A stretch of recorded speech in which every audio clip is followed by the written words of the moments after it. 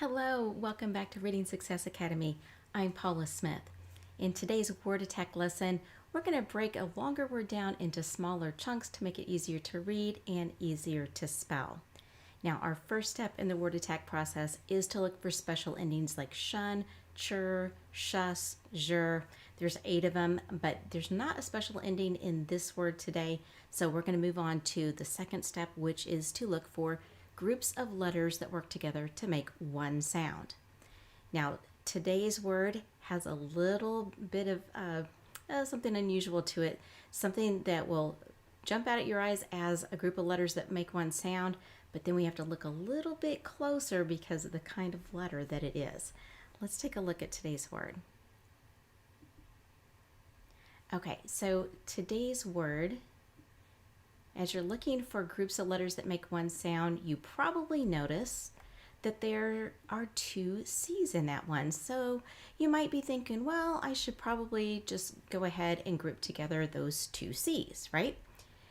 The only problem with that is that with the letter C, you have to look to the next letter after a C to decide whether it's going to be a K sound or a S sound.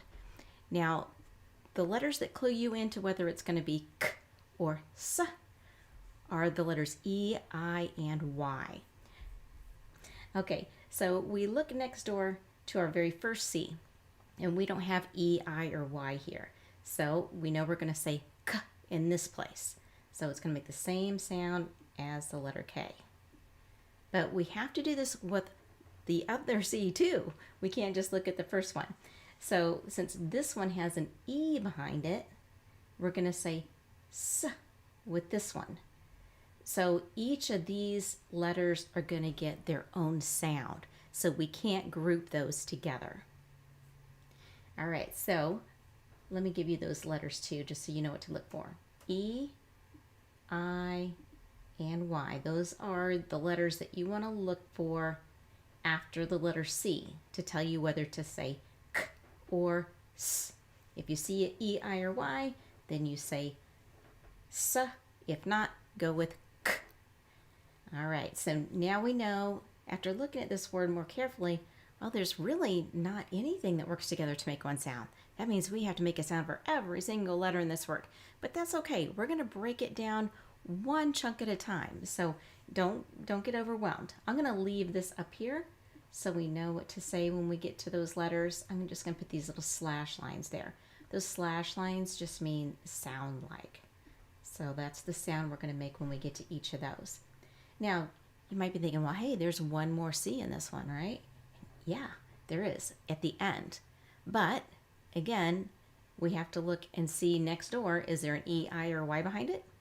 No, there isn't. So for that one, we're going to stick with the K sound.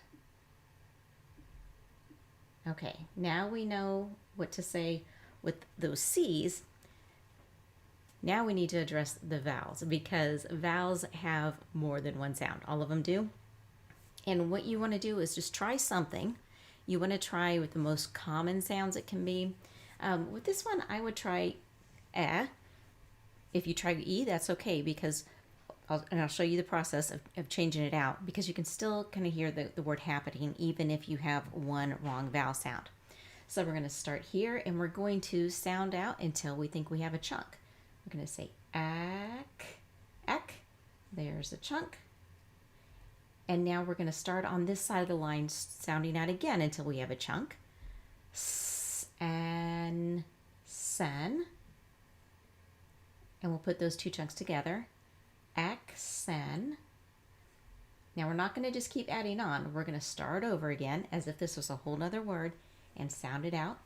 T, r, ick, trick. So now we're going to put all 3 of those chunks together. Eccentric, and smooth it out. Eccentric, eccentric. There you go. So there's your word. It's eccentric. Now, if you had started out with an E sound here, you would have gotten eccentric.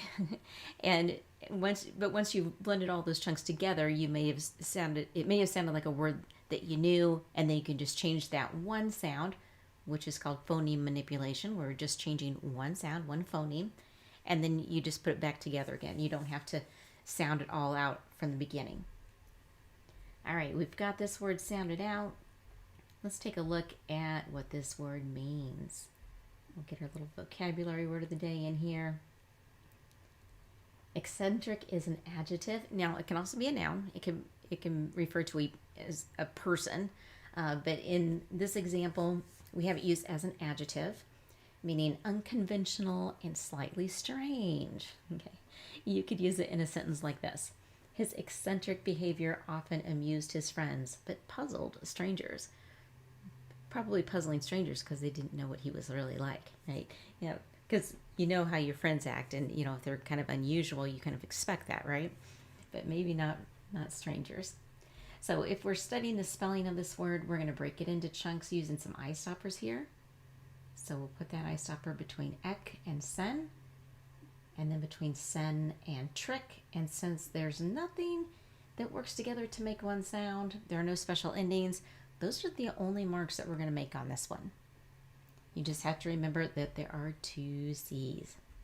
Now, another way that you could look at this, you could say, well, the two C's together make a X sound, just like an X, but the letter X actually is, the sound for X is actually two sounds. It's K and S. So that's why I go ahead and split those up into two chunks there in that place. All right, hopefully you can think of a great word a great sentence using the word eccentric, and you can send that my way. Send your example sentences to hello@readingsuccessacademy.com. I'd love to see what you come up with, and maybe I can give you some feedback on your sentences. And make sure you hit that subscribe button so you see when I go live next. I will be back on Monday for another lesson. I'll see you then. Bye.